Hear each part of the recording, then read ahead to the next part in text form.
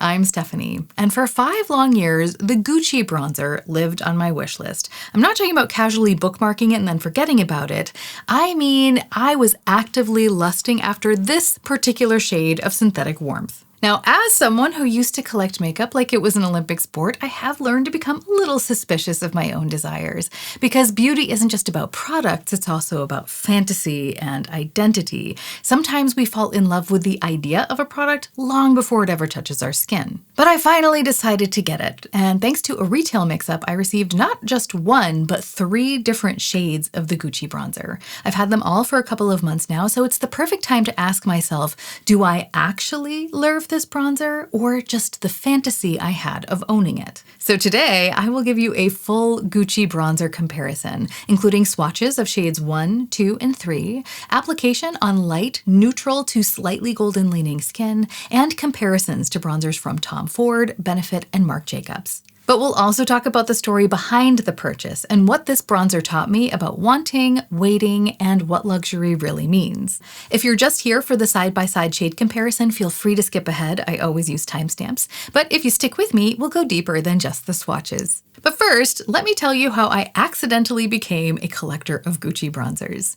After 5 years of waiting, and let's just take a moment to appreciate the minor miracle of restraint on that one, I finally decided to get it. And my main motivation behind that decision was that I was concerned that the international tariff situation might affect its availability or formulation. And this was the one makeup item I just really didn't want to miss out on. I have a whole video about how the geopolitical situation might affect beauty. I'll link it here and in the show notes in case you're interested. I picked shade 1, thinking it would be perfect on my light skin, but also because that was the shade that everybody has been raving about for years.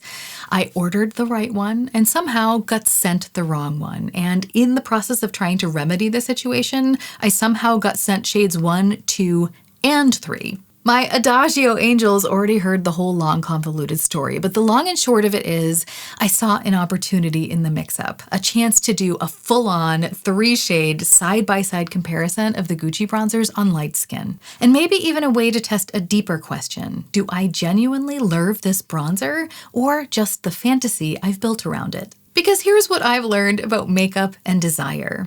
All makeup, no matter how expensive it is ultimately just dirt pressed into a fancy little pan.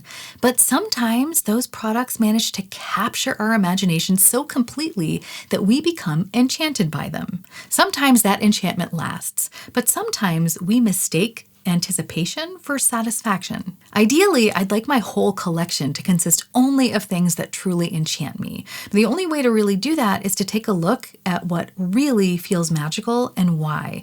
And to be honest with myself about it, because every once in a while, I think I get obsessed with the idea of the product instead of the product itself. The Gucci bronzer felt like an instant favorite, like it landed in my collection with some sort of gravitas, like this is the one. But I need to ask myself, is this real? Or is it just the weight of 5 years of longing or 5 years of hearing it be hyped up by everyone else? Is it truly superior to me? Or was I just relieved to finally own this beautiful thing? That happened a lot with luxury beauty for me, especially because I have a history of overbuying things. I would tell myself a story, oh, if I finally buy this product, then I will feel complete. But I failed to realize that I wasn't on the search for individual products. I was searching for a feeling that I thought they would give me. And I don't think that's a bad thing because I do think that fantasy is part of the joy. But if I'm trying to make more intentional purchases, I do think it's worth figuring out what the difference is and where the lines are. So today, I'm going to do my best to separate the fantasy from the formula by picking apart all 3 Gucci shades, comparing them to my existing favorites, and then trying to figure out if any one of the Gucci shades is actually now my favorite bronzer in practical terms.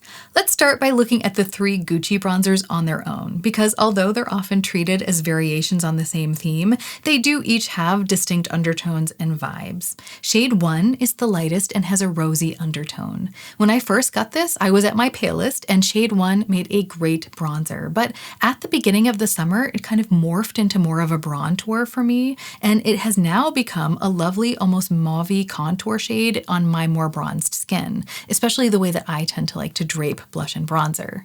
Shade 2 is deeper with a desaturated reddish terracotta tone. On me, it has just a hint of peachiness, like a muted tan bordering on a sunburn, or like I'm flushed from a long hot day at the beach.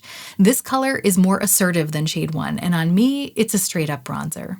As is shade 3, but this one surprised me. On the Gucci website, it looks like it's actually lighter than shade 2, but I think it has about the same depth or is a tad darker. The difference is in the undertone. It leans golden, which is actually the more accurate version of how a natural tan looks on my skin at the end of the summer, once my flush has faded and only the bronze remains. But this shade is the easiest one for me to overdo right now. And I think that's because I'm only midsummer, so my tan isn't as dark and warm and settled into my skin just yet. Even though my undertones generally lean more golden, I feel like shade 2 is more natural on me right now because earlier in the season, my skin is still adjusting to the extra sun and my tan is usually initially a little more red. In the 2 months I've been using these bronzers, I've gone from pale to a mild midsummer tan, and here are my initial thoughts on the colors summarized in one blurb. Shade 1 started as a beautiful rosy bronzer when I was at my palest shade of winter wonderland, but it has since shifted from a bronzer to a bronzer, and it's now at a contour. And it ends up working out great because it does have that matte finish, so it still looks beautiful, it's just serving a different function right now. Shade 2 has been great at recreating my natural start of the summer bronze look and at giving me a healthy summer flush. Shade 3 has worked all year round, but it's been a little trickier. I've had to go a little lighter because I feel like this is a shade that I'll probably grow into by the end of the summer. Now that we've seen the Gucci shades on their own, let's look at them in the context of the bronzers in my collection. We'll start with shade 1 and Tom Ford Terra. The differences are subtle, but they're definitely there. Tom Ford Terra has more warmth and a slightly luminous finish. Gucci shade 1, on the other hand, is cooler and matte. Right now, Terra is a better color match for my current tan, but the Gucci bronzer wins when it comes to finish. It blurs, it smooths, it photographs beautifully. In the winter, they both work for me as bronzers, but in the summer, they become 2 totally different product categories for me. Tom Ford Terra is always a bronzer, whereas the Gucci shifts from that bronzer into a contour. Now let's compare Gucci shade 2 to one of my favorite bronzers of all time. The long discontinued Marc Jacobs Tan-Tastic has been my MVP bronzer for years. It's lightweight, natural looking, and somehow eternal because I have used this thing hundreds of times and I still haven't even hit pan.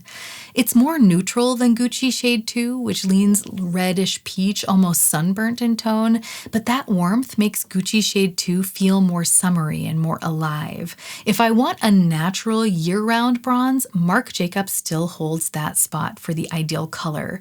But for that sun-flushed post-beach glow, shade 2 from Gucci is magic. The Gucci also wins again in the finish category, blurred, even, and polished in a way that Marc Jacobs comes close, but can't quite match. And I think it would be interesting to look at Gucci shade 3 against Benefit Hoola. These two are very close in tone, with shade 3 leaning slightly more golden and Benefit leaning a little more neutral, maybe a tad bit red. At first application, Gucci looks better, smoother, more seamless, but here's where things get interesting because over the course of the day, the Benefit formula changes. It melds with my skin's oils, warming up and evening out, and by hour 3, the difference is much less clear. That said, the Benefit is more temperamental. If I haven't set my foundation properly, it can apply a little bit patchy in comparison. Gucci, on the other hand, is always consistent, no matter how carelessly I set my base. It glides on and it stays looking like itself even when I rush things. If I had to declutter one, I'm not quite sure yet because I would need to see more side-by-side tests, especially when I'm at my deepest summer tan. But for now, Gucci wins on application and finish and just barely keeps the crown because Benefit's Hoola is a classic for a reason. The color is really nice. But this experiment is teaching me something bigger than just which bronzer blends better. It's also teaching me something about the way that we relate to beauty products and luxury purchases. There is nothing wrong with enjoying the idea of a product alongside the product itself. The fantasy, the anticipation, the way something makes us feel, that's all part of the experience. The only problem comes when we lose sight of whether that product is actually serving us or when we keep chasing that fantasy feeling with purchase after purchase. If you're anything like me and you're often tempted by fantasy purchases, but you'd like to put the brakes on a little bit, then I would suggest trying the following exercise. Pick a product that you've been idealizing. Maybe it's on your wish list. Maybe it's been there for months, maybe even years. Maybe you have this idea that it is going to solve all of your makeup problems. Before you buy it, think to yourself, is this product actually going to solve the problem that my brain is telling me that it will? Or am I chasing a feeling? And if you're chasing the feeling, maybe you can find something that evokes that same feeling in what you already have. Because I definitely did not need the Gucci bronzer. This did not solve any makeup problems for me. All three of my old bronzers are lovely and perfectly serviceable. I just chose this because of the impending tariff situation, and this was the one item that I wanted to treat myself to because of that.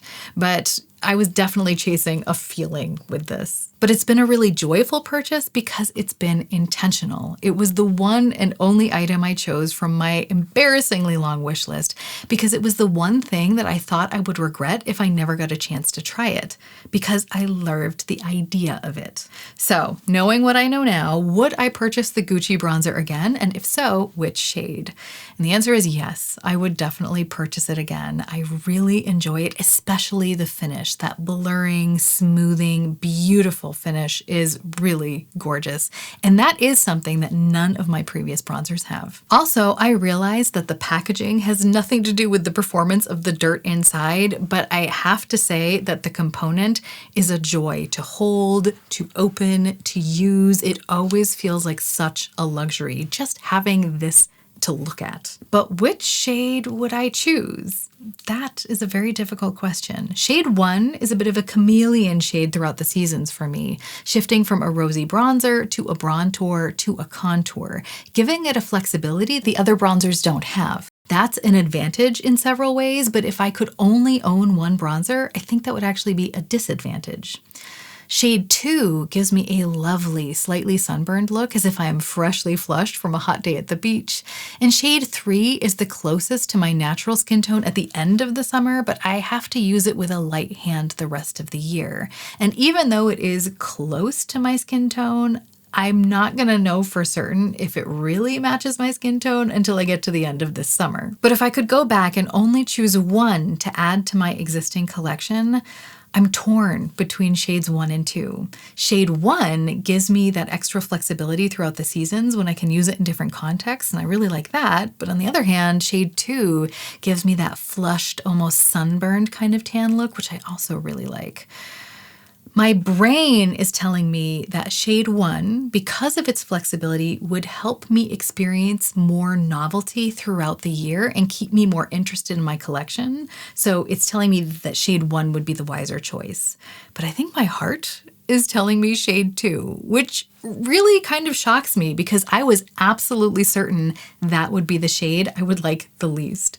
Maybe as a sign that I'm changing or that I'm learning how to listen past my fantasy thoughts. So, do I lurv the Gucci bronzer or just the idea of it? And the answer is both. And I think that's perfectly fine. Learning the difference between the two is helping to make me a more intentional shopper and hopefully a more helpful reviewer for you. So is the Gucci bronzer really better than my old bronzers? Did it become my favorite because it objectively performs better or just because of the fantasy I was telling myself? The Gucci bronzer's finish is easily my favorite. It has this soft blurring effect that makes my skin look smoother without looking flat. And the packaging is a joy. It's beautifully designed and genuinely elevates the experience of using it. I wouldn't say that it's more convenient than something like the Tom Ford packaging, but it's the one I instinctively reach for when I want the application to feel special. And I do love the shades, especially when I'm in the mood for my bronzer to take center stage. The colors are richer, they're bolder, and slightly more stylized than the bronzers I already had. But that also means that they don't melt into the background in quite the same way. So on days where I want something more invisible, I still reach for my old favorites because the Gucci isn't better in every single situation, it's just different.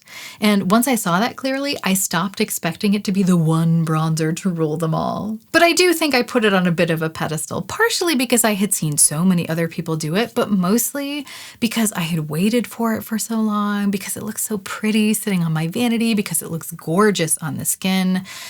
I think I turned it into a symbol of desire and of restraint and of that thing that would finally complete my collection. I think it was a great addition to my collection, but I don't think that it completed it because I don't think I'm looking to complete my collection. I'm not a completionist. I'm not looking for that last puzzle piece that will finally make the image complete. I just want to enjoy what I have. I want each individual thing that I have to enchant me. And that's why I love the Gucci bronzer. It reminds me of what I want my whole collection to feel like. Intentional, well-chosen, beautiful, maybe not perfect, but just right for me. And I think that's what luxury is supposed to be, not about need, but about joy. If you've got a product you've put on a pedestal, I would love to hear about it. What is it? Is it living up to the fantasy, or is it teaching you something else? If this helped you see this bronzer or your relationship with beauty with new eyes, hit like, subscribe, or check out this video. A huge thanks goes out to all my channel members and patrons, including my Adagio angels, for making thoughtful beauty content like this possible. And I hope we can all remember that even stumbling can be a form of moving forward. So let's stumble in style.